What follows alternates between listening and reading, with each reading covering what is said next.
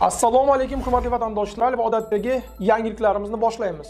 Boshlashdan oldin katta iltimos, meni ko'rayotgan bo'lsangiz, podpiskani bosinglar. Podpiska bizning kanalimizga rivojlanishiga juda ham yordam beradi. Iltimos, shuni Rossiyada O'zbekiston samolyoti osmonda yana bir samolyot bilan to'qnashib ketishiga oz qoldi. Assalomu alaykum qadrli mehmon, videodan to'liq xabardor bo'lish uchun videoga like va podpiska tugmalarini bosib qo'ying. O'zbekiston samolyotiga xavf solgan kichik biznes jet Bardumdan uchib kelayotgan Embraer Leger 650 O'zbekiston Airways kompaniyasiga tegishli uchoq esa Airbus 320 bo'lgan. Ushbu ehtiyotsizlikka Airbus A320 uchuvchilarining dispetcherlarning buyruqlarini noto'g'ri tushunib, 10,000 fut balandlik o'rniga 9,000 fut balandlikka tushib ketganligi sabab bo'lgan. Dispetcherlar bu xatoni payqamay qolishgan. Davlat havo harakatini boshqarish korporatsiyasi Moskva bo'limi rahbariyatini mukofotlardan mahrum qilishni buyurgan. Shuningdek, bunday holat yana takrorlansa, kadrlar almashinuvi istisno qilinmasligini ma'lum qilgan. LDPR partiyasi rahbari Leonid Slutsky federal byudjet yukini yengillashtirish maqsadida Rossiyadagi migrantlar uchun ijtimoiy pensiyalarni bekor qilishni taklif qildi. Bu haqda u Gazeta.ru nashriga ma'lum qildi. Rossiya ayni paytda juda muhim vaziyatni boshdan kechirmoqda. Harbiy, ijtimoiy, demografik va boshqa muammolar, bularning barchasi katta resurslarni talab qiladi.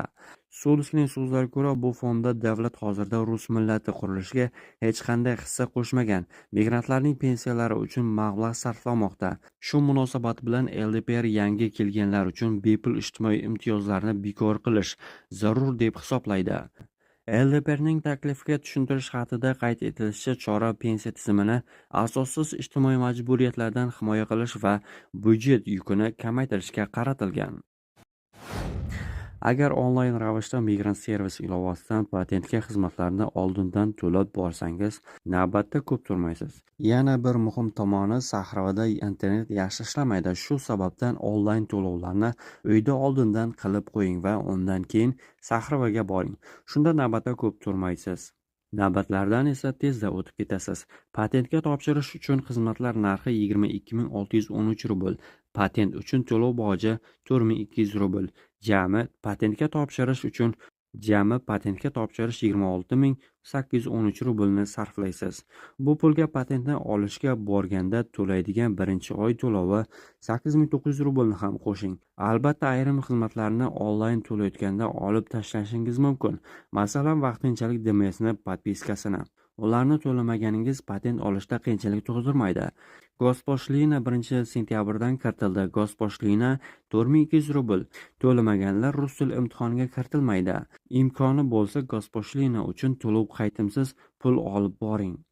Polada patent narxi 25,000 rubl bo'lishi mumkin. Viloyat gubernatori Dmitriy Milyayevning ma'lum qilishicha, Polada 2026-yil 1-yanvardan boshlab migrantlar uchun patent to'lovini 25,000 rublga oshirish rejalashtirilmoqda.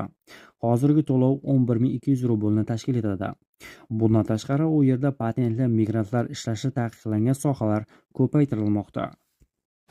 Tataristonda migrantlar uchun patent narxi oshadi. 2026-yildan boshlab Tataristonda chet el fuqarolari uchun ishlash uchun ruxsatnoma narxi 8% ga oshib 7,900 rublga yetadi. Chet ellik ishchilar uchun jismoniy shaxslardan olinadigan daromad solig'i bo'yicha qat'iy belgilangan avans to'lovlarning hududiy koeffitsiyenti 2,55 etib belgilandi. Ushbu koeffitsient ruxsatnomaning yakuniy narxini belgilaydi.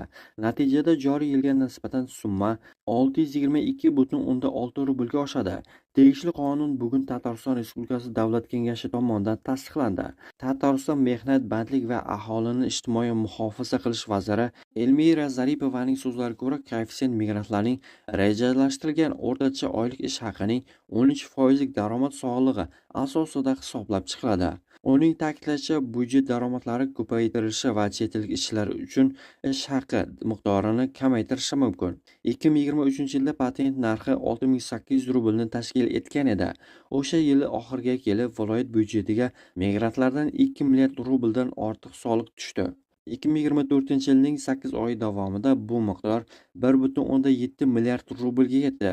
Yil oxiriga kelib esa rasmiylar bu ko'rsatkich 2,3 milliard rublga yetishini taxmin qilmoqda.